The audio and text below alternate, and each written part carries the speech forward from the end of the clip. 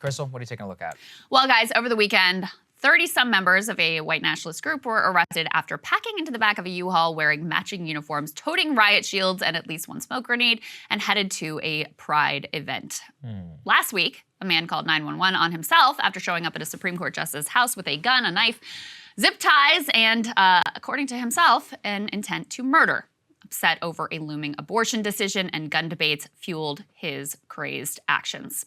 And this week, hearings will continue into the events of January 6th when thousands of conspiracy-addled Trump supporters stormed into the Capitol with violent delusions of overturning the lawful election results of 2020.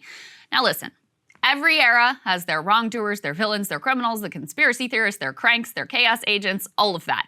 But it's kind of hard to deny, looking at the landscape, that the American project is coming apart at the seams.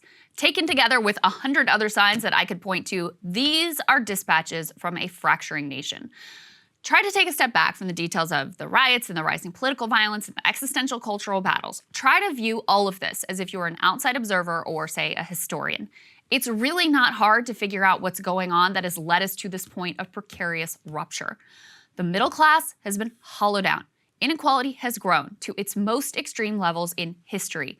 The means of peacefully redressing this through democratic representation have been almost completely closed, as politicians have become increasingly captured by a thin slice of elites, and as the structure of our existing institutions locks in power for a minority faction.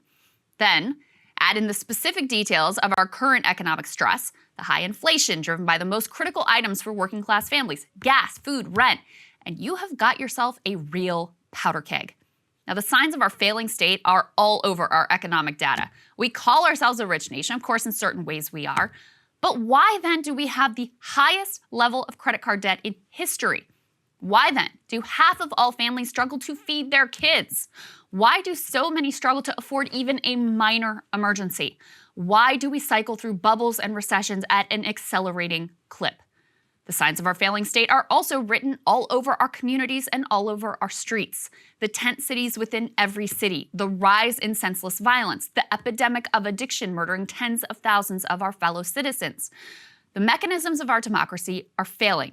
But even an authoritarian leader with no pretext of democracy might struggle to survive concentrations of wealth as extreme as the ones that we are witnessing.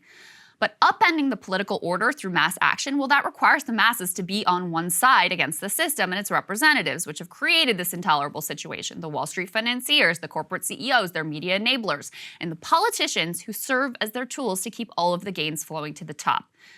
But unfortunately, we aren't all on one side, are we? Instead, we're kept intentionally divided against each other by lines of race, gender, education status, geography, anything else they can come up with to keep people from seeing the problem and the solution clearly. The problem isn't the Karen who didn't wear a mask, the kid you grew up with who posts QAnon memes on Facebook, the desperate immigrant or the trans teenager competing in sports, or things that are hopelessly fixed, like the country's immutable foundational sin of racism. And the further we get down this road of failed state, oligarch-owned, empire-declining dread, the more unhinged our fellow citizens do start to behave, making the plutocrats' message that the real problem is with the character of your fellow countrymen a much more plausible explanation. They threaten violence, they riot, they believe in goofy conspiracies with the zealousness of religious faith, they dabble in authoritarianism and a cult-like belief in a favored strongman leader who will punish the wrongdoers and set things right. And so that's the backdrop that I view the January 6th hearings against. It's not that I'm not disturbed, I am. It's not that I don't believe the people involved have personal agency and deserve accountability. They do. It's actually that I'm so alarmed by the state of the country, I think we've got to act to deal with the underlying conditions driving the spiral of violence and despair, and we have to act urgently. We are headed in a truly dire direction. January 6th is a symptom.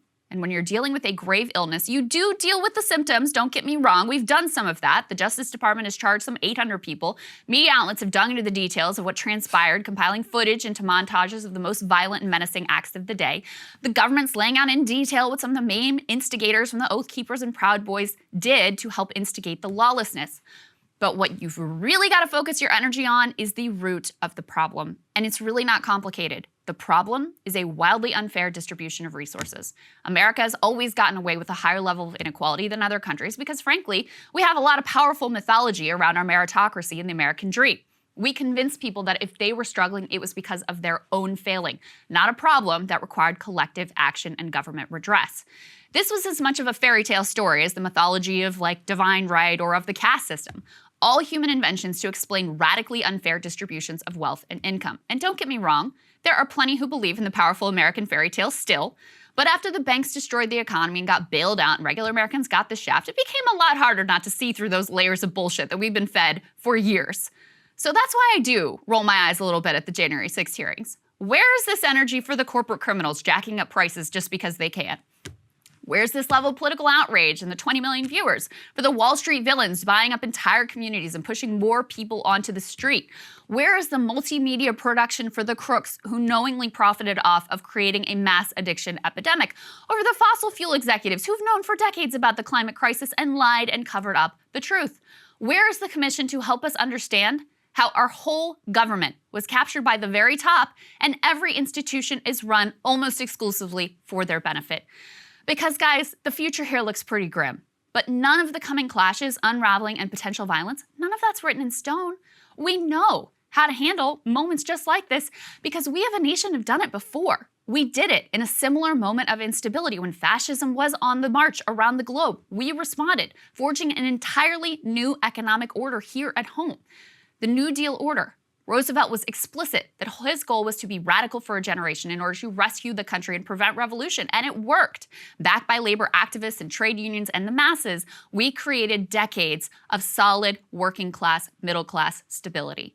Oh, it had plenty of imperfections, from outright discrimination to programs that were poorly conceived to overreach in the 70s that led to a massive backlash that we are living with today. But if we want to avoid another January 6th, it is no mystery what we need to do. We need to change how the resources are divided to give the working class some personal, family, and community stability. A new New Deal era that once again rebalances the economic scales. And the path to this outcome looks like electing truly dedicated reformers who are actually committed to this end, not those who will say the right thing, but they're really mostly committed to whatever their side is in the culture war.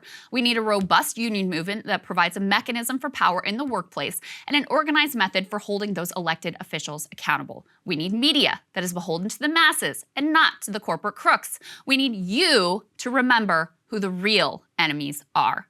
And the LARPing revolutionaries at the Capitol are not primetime in that story at all. Actually, they're only a national sideshow. So that's my own view of why I find these to be. Cable news is ripping us apart, dividing the country, making it impossible to function as a society, and making it impossible to know just what is true and what is false. But the good news is they are failing and they know it. That is why we're building something new, a new mainstream, a healthier one, something more trustworthy, something that we are going to need in one of the most pivotal times in American history. We are building up here for the midterms, for the upcoming presidential election, but we need your help. So if you can help us out by becoming a premium member today at breakingpoints.com, we're trying to change America for the better and the entire world. So what are you waiting for, guys? Go to breakingpoints.com and sign up and help us build a new mainstream.